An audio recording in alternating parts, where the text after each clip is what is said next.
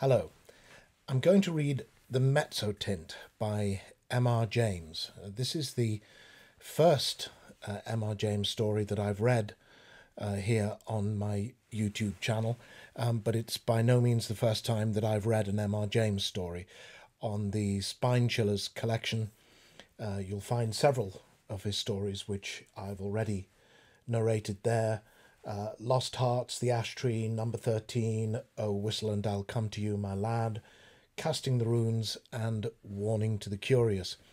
And I suppose I've just been trying to avoid repeating stories that I've already recorded for Spine Chillers here on the YouTube channel, but I may very well revisit some of those here on this live channel. As I remind you quite often, these are all always live and unedited, and if mistakes happen, hey, mistakes happen. So maybe we'll have like the studio version and the live version if I go back to some of M.R. James's great stories, and there's a lot more besides, so I'm sure it won't be the last we'll be hearing of him. I have covered him biographically on the Spine Chillers channel, but briefly. M.R. James, Montague Rhodes James, is a name absolutely synonymous with the English ghost story. He was born in Kent in 1862, though most of his childhood was spent in East Anglia, where a lot of his stories are set. His father, Herbert James, was an evangelical clergyman, and M.R. was, it was generally assumed, he would follow his father into the ministry, but he didn't. And I don't know a lot about his religious beliefs, but it's interesting that I think it is one thing that typifies M.R. James's stories, that they are not very religiously bound, very much developed around the idea of the antique, the antiquarian, as indeed the Mezzotint is, but also I would say quite often a pagan rather than a Christian backing to the story. It was much more an academic rather than a clerical calling for M.R. James. He was educated at Eton, then he was an undergraduate at King's College, Cambridge.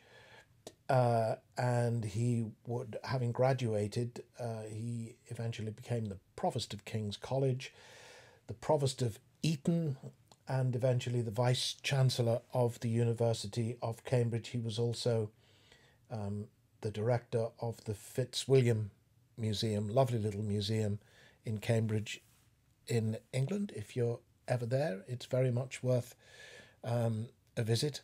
And that academic and museum world is very much one that provides the setting for the Mezzotint. James published 3 books of stories: The Ghost Stories of an Antiquary in 1904, the imaginatively titled More Ghost Stories of an Antiquary in 1911, and Warning to the Curious and Other Stories in 1925. I don't know exactly when the Mezzotint was written, but it was included in that first 1904 collection of his stories.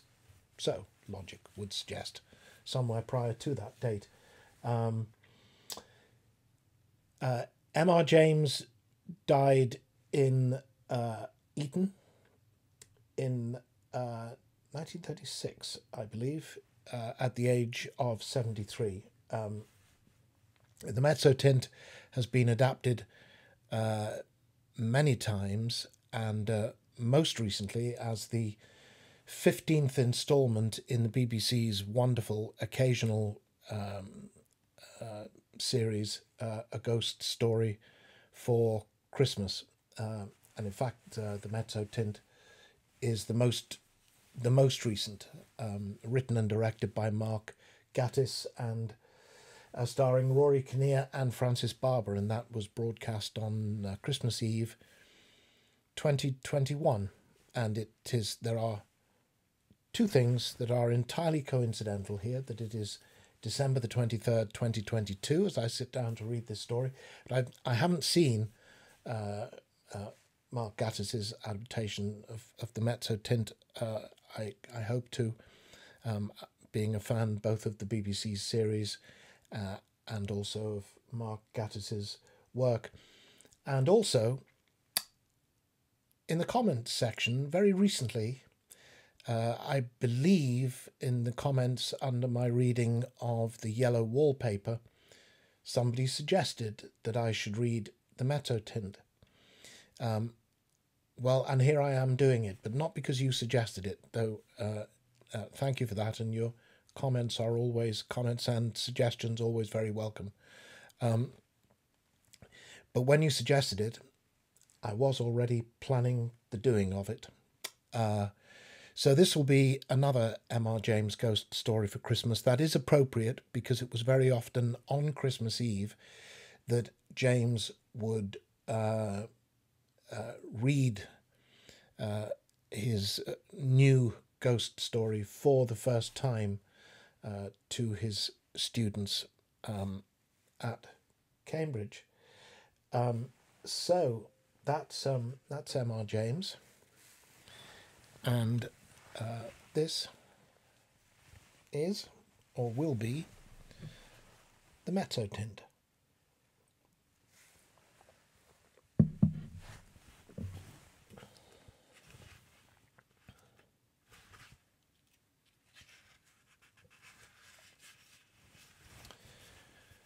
The Mezzotint by M.R. James.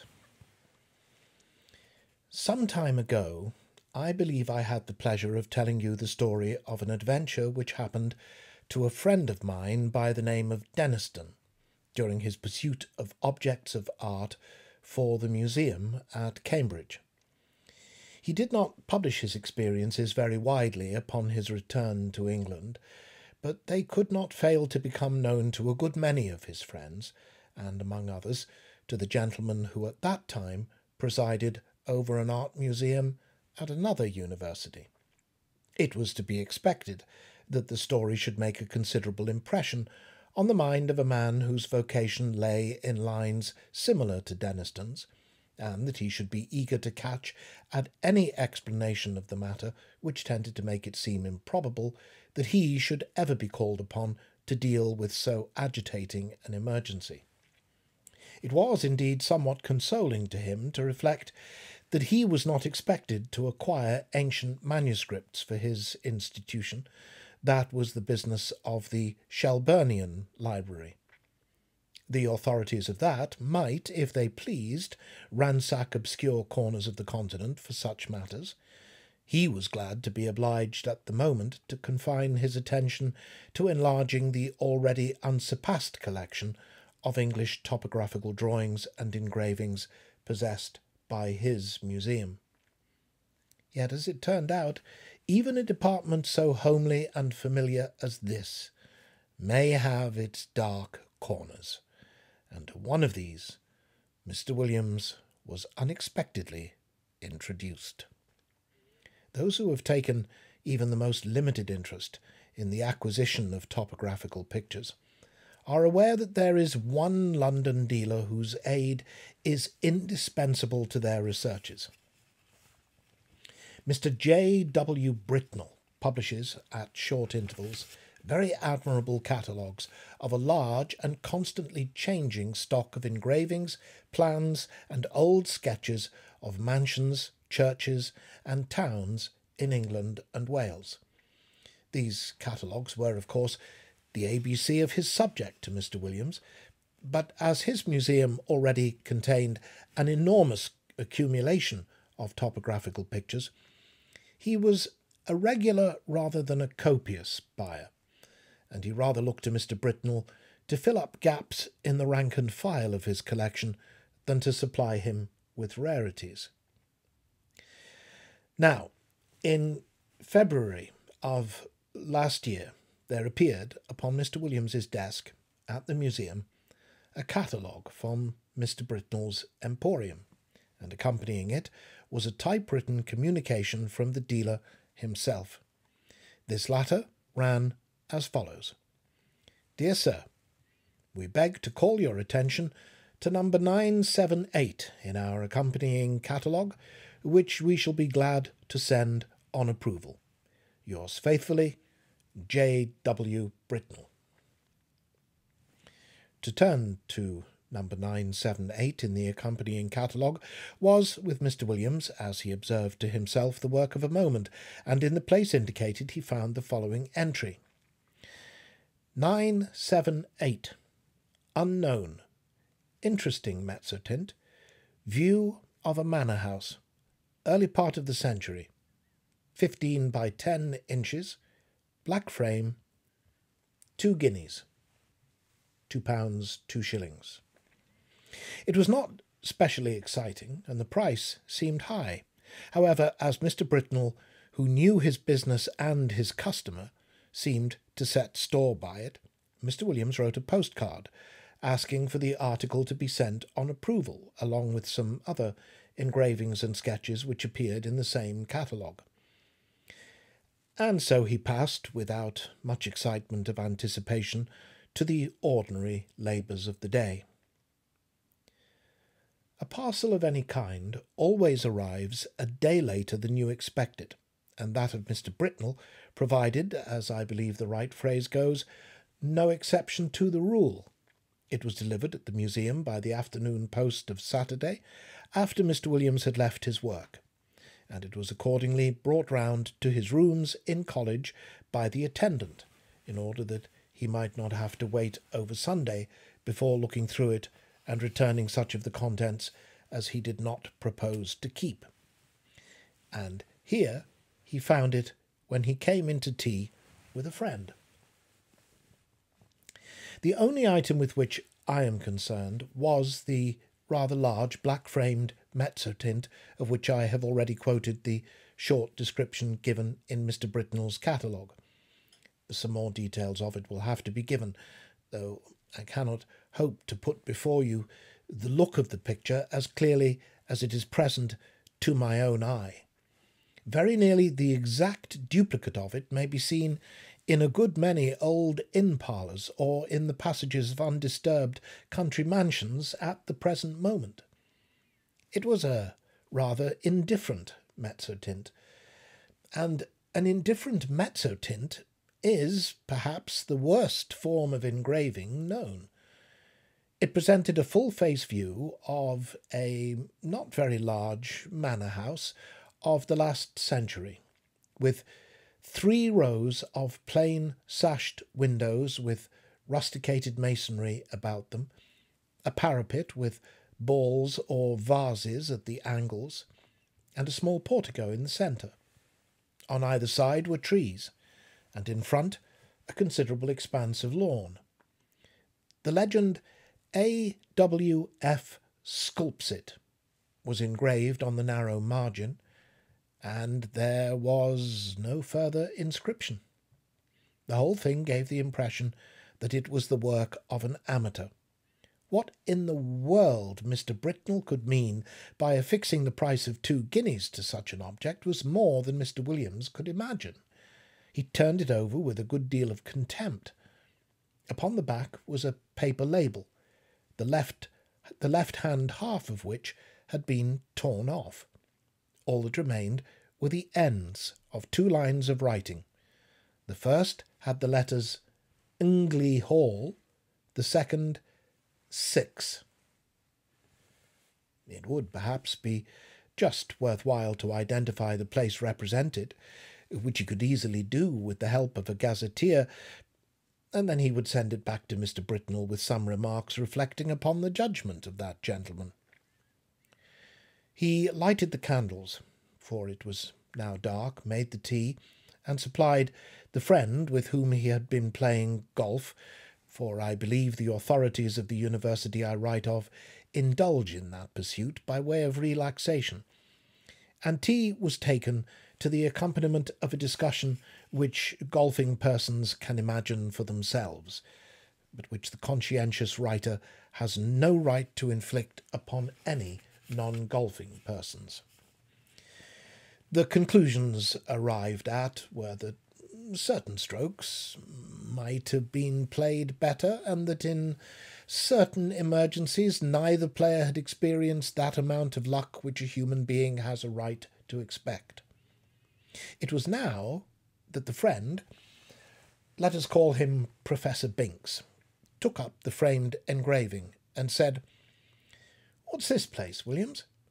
"It's just what I was going to try and find out," said Williams, going to the shelf for a gazetteer. "Look at the back. Somethingly Hall, either in Sussex or Essex. Half the name's gone, you see. You don't happen to know it, I suppose?" "It's from that man Britnell, I suppose, isn't it?" said Binks. "Is it for the museum?" "Well, I think I should buy it if the price was 5 shillings, said Williams, "but for some unearthly reason he wants 2 guineas for it. I can't conceive why. It's a wretched engraving. There aren't even any figures to give it life." "It's not worth 2 guineas, I should think," said Binks. "But I don't think it's so badly done. The moonlight seems rather good to me. And I should have thought there were figures, or at least a figure, just on the edge, in front." "Let's look," said Williams. "Well, it's true, the light is rather cleverly given. Where's your figure?" "Oh, yes, just the head, in the very front of the picture." And indeed there was, hardly more than a black blot on the extreme edge of the engraving, the head of a man, or woman, a good deal muffled up, the back turned to the spectator, and looking towards the house. Williams had not noticed it before.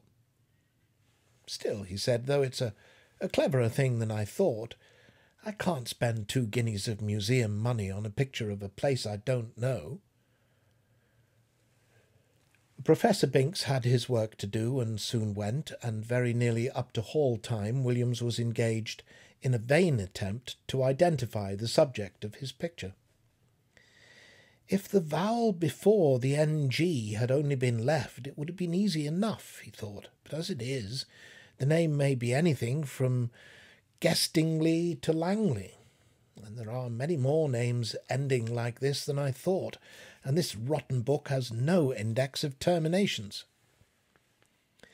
Hall in Mr. Williams's college was at 7.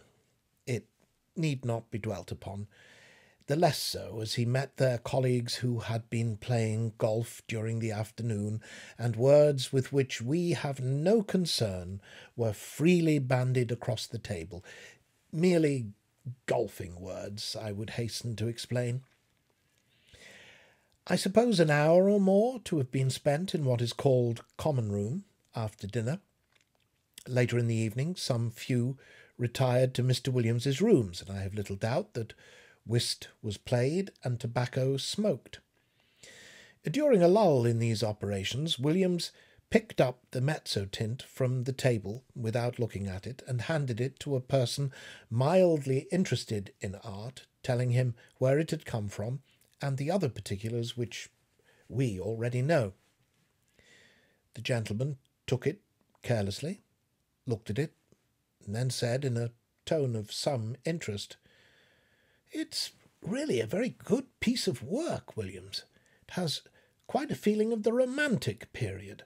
The light is admirably managed, it seems to me, and the figure, though it's rather too grotesque, is somehow very impressive." "Yes, isn't it?" said Williams, who was just then busy giving whisky and soda to others of the company, and was unable to come across the room to look at the view again. It was by this time rather late in the evening, and the visitors were on the move. After they went, Williams was obliged to write a letter or two, and clear up some odd bits of work. At last, some time past midnight, he was disposed to turn in, and he put out his lamp after lighting his bedroom candle. The picture lay face upwards on the table where the last man who had looked at it had put it, and it caught his eye as he turned the lamp down. What he saw made him very nearly drop the candle on the floor, and he declares now that if he had been left in the dark at that moment, he would have had a fit. But well, as that did not happen, he was able to put down the light on the table and take a good look at the picture. It was indubitably, rankly impossible, no doubt, but absolutely certain. In the middle of the lawn, in front of the unknown house, there was a figure, where no figure had been at 5 o'clock that afternoon. It was crawling on all fours towards the house, and it was muffled in a strange black garment with a white cross on the back. I do not know what is the ideal course to pursue in a situation of this kind. I can only tell you what Mr. Williams did. He took the picture by one corner and carried it across the passage to a second set of rooms which he possessed. There he locked it up in a drawer, sported the doors of both sets of rooms, and retired to bed. But first he wrote out and signed an account of the extraordinary change which the picture had undergone since it had come into his possession. Sleep visited him rather late, but it was consoling to reflect that the behaviour of the picture did not depend upon his own unsupported testimony.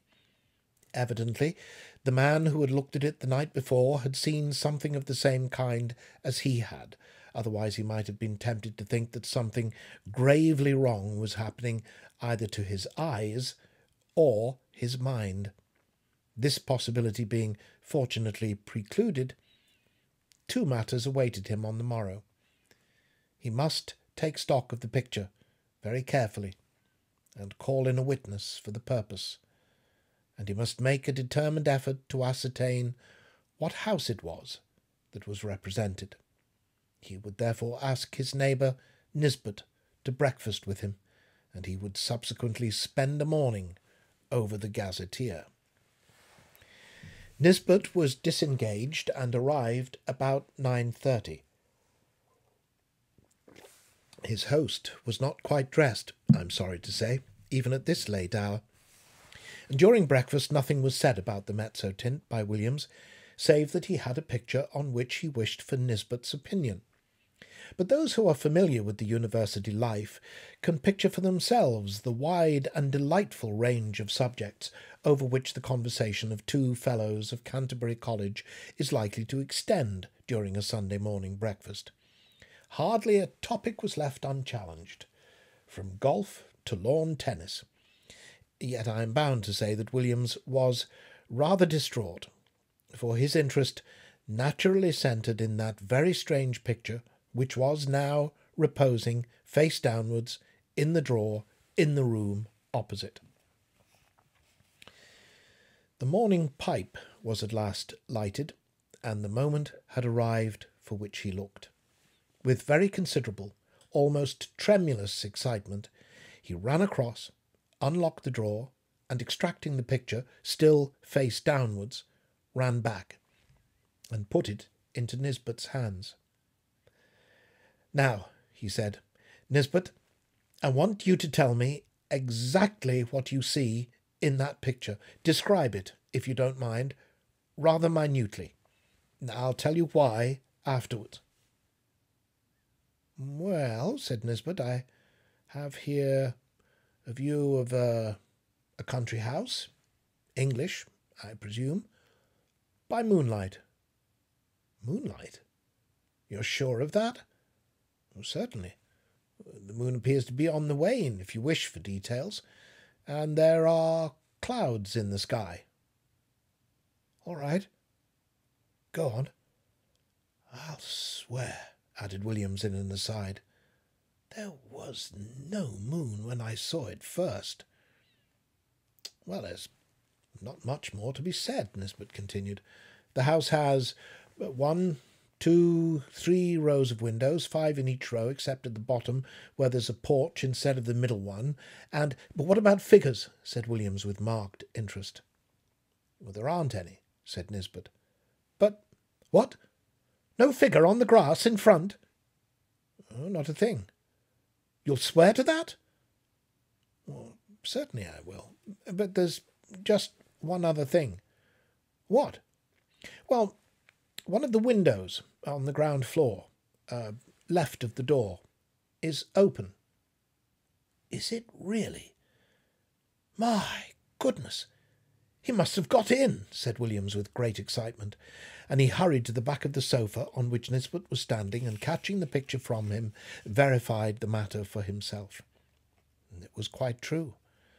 There was no figure, and there was the open window. Williams, after a moment of speechless surprise, went to the writing-table and scribbled for a short time.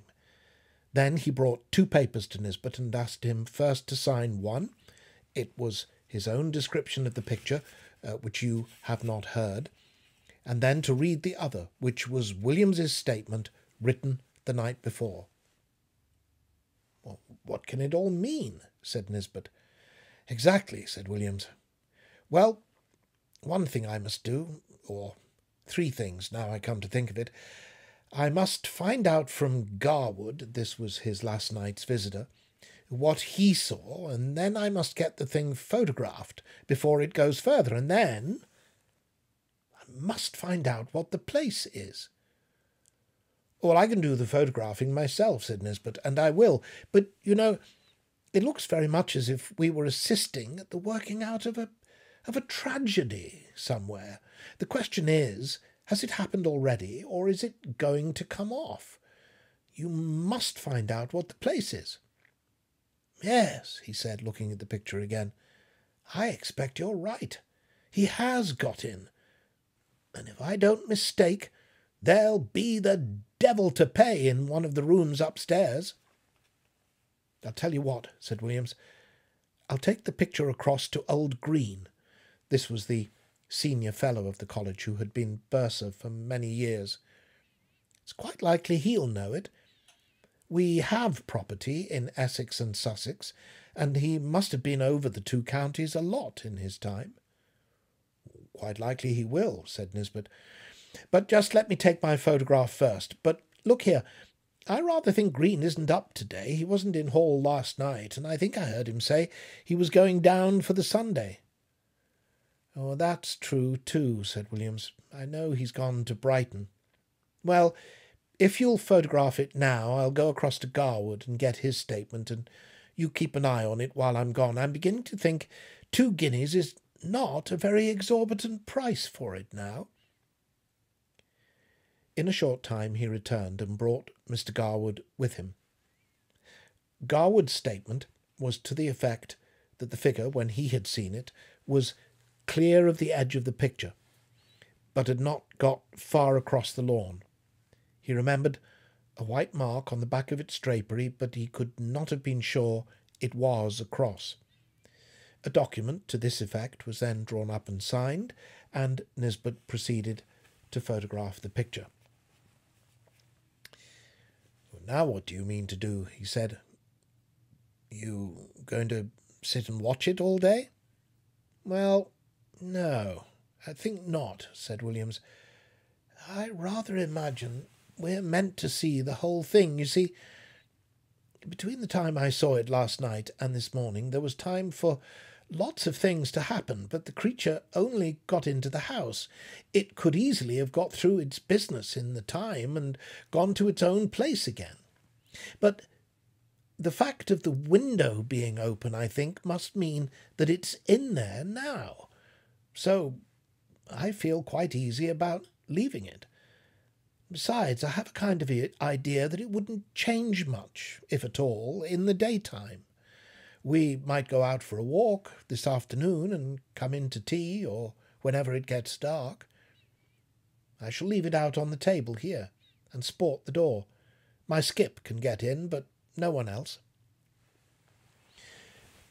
The 3 agreed that this would be a good plan, and further that if they spent the afternoon together they would be less likely to talk about the business to other people, for any rumour of such a transaction as was going on would bring the whole of the phantasmalogical society about their ears. So we may give them a respite until about 5 o'clock. At or near that hour, the three were entering Williams's staircase. They were at first slightly annoyed to see that the door of his rooms was unsported, but in a moment it was remembered that on Sunday the skips came for orders an hour or so earlier than on weekdays. However, a surprise was awaiting them. The first thing they saw was the picture leaning up against a pile of books on the table as it had been left, and the next thing was Williams's skip, seated on a chair opposite, gazing at it with undisguised horror. How was this? Mr. Filcher, the name is not my own invention, Mr. Filcher was a servant of considerable standing, and set the standard of etiquette to all his own college and to several neighbouring ones, and nothing could be more alien to his practice than to be found sitting in his master's chair, or appearing to take any particular notice of his master's furniture or pictures. Indeed, he seemed to feel this himself. He started violently when the three men came into the room, and got up with a marked effort. Then he said, "I ask your pardon, sir, for taking such a freedom as to set down." "Not at all, Robert," interposed Mr. Williams. "I was meaning to ask you some time what you thought of that picture." "Well, sir, of course I don't set up my opinion against yours, but it ain't the picture I should hang where my little girl could see it, sir." "Wouldn't you, Robert?" "Why not?" "No, sir. Why, the poor child, I recollect once she see a door Bible with pictures not half what that is, and we had to set up with her 3 or 4 nights afterwards, if you'll believe me, and if she was to catch sight of this skeleton here, or whatever it is, carrying off the poor baby, she would be in a taking. You know how it is with children, how nervous they get with a little thing and all. But what I should say is it don't seem a right picture to be laying about, sir, not where anyone that's liable to be startled could come on it. Should you be wanting anything this evening, sir?" "Thank you, sir." And with these words the excellent man went to continue the round of his masters, and you may be sure the gentleman whom he left lost no time in gathering round the engraving. There was the house, as before, under the waning moon and the drifting clouds. The window that had been open was shut, and the figure was once more on the lawn, but not this time crawling cautiously on hands and knees. Now it was erect and stepping swiftly, with long strides, towards the front of the picture. The moon was behind it, and the black drapery hung down over its face, so that only hints of that could be seen, and what was visible made the spectators profoundly thankful that they could see no more than a white dome-like forehead and a few straggling hairs. The head was bent down, and the arms were tightly clasped over an object which could be dimly seen and identified as a child. Whether dead or living, it was not possible to say. The legs of the appearance alone could be plainly discerned, and they were horribly thin. From 5 to 7, the three companions sat and watched the picture by turns. But it never changed. They agreed at last that it would be safe to leave it, and that they would return after hall and await further developments. When they assembled again at the earliest possible moment, the engraving was there, but the figure was gone, and the house was quiet under the moonbeams. There was nothing for it but to spend the evening over gazetteers and guidebooks. Williams was the lucky one at last, and perhaps he deserved it. At 11:30 p.m. he read from Murray's Guide to Essex the following lines: 16.5 miles, Anningley.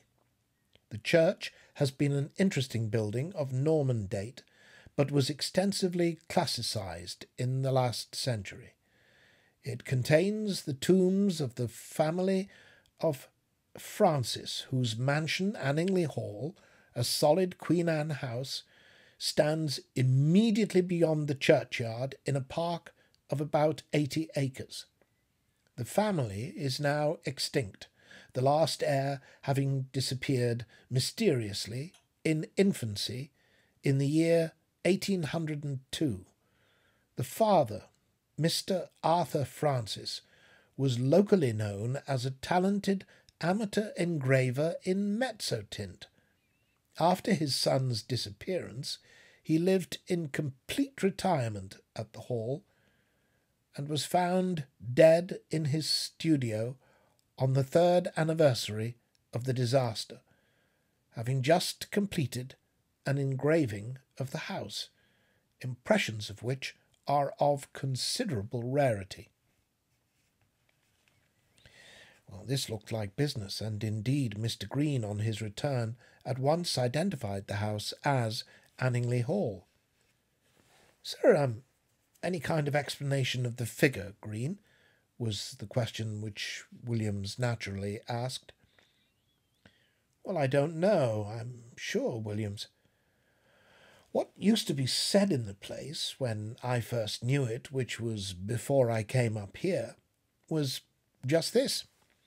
Old Francis was always very much down on these poaching fellows, and whenever he got a chance he used to get a man whom he suspected of it turned off the estate, and by degrees he got rid of all of them but one.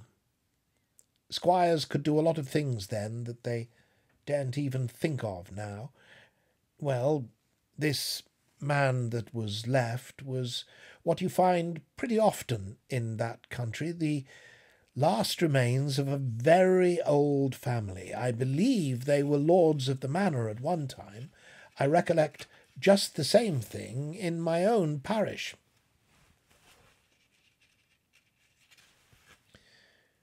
"What, like the man in Tess of the d'Urbervilles?" Williams put in. Yes, I dare say.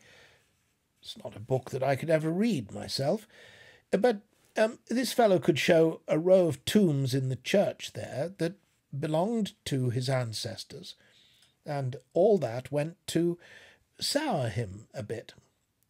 But Francis, they said, could never get at him, and he always kept just on the right side of the law until one night the keepers found him at it in a wood right at the end of the estate. Well, I could show you the place now. It marches with some land that used to belong to an uncle of mine, and you can imagine there was a row, and this man, Gaudy, that was the name, to be sure, Gaudy, I thought I should get it. Gaudy, he was unlucky enough, poor chap, to shoot a keeper. Well, that was what Francis wanted, and grand juries, well, you know what they would have been then. Poor Gaudy was strung up in double-quick time, and I've been shown the place he was buried in, on the north side of the church. You know the way in that part of the world, anyone that's been hanged or made away with themselves, they bury them that side. And the idea was that some friend of Gaudy's, not a relation, because he had none, poor devil, he was the last of his line, kind of spes ultima gentes, must have planned to get hold of Francis's boy and put an end to his line too. I don't know, it's rather an out-of-the-way thing for an Essex poacher to think of, but, you know, I should say now it looks more as if old Gaudy had managed the job himself. Oh, I hate to think of it. Have some whisky, Williams." The facts were communicated by Williams to Denniston, and by him to a mixed company, of which I was one, and the Seducian professor of ophiology another. I'm sorry to say that the latter, when asked what he thought of it, only remarked, "Oh, those Bridgeford people will say anything," a sentiment which met with the reception it deserved. I have only to add that the picture is now in the Ashleyan Museum, that it has been treated with a view to discovering whether sympathetic ink has been used in it, but without effect, that Mr. Bricknell knew nothing of it, save that he was sure it was uncommon, and that, though carefully watched, it has never been known to change again.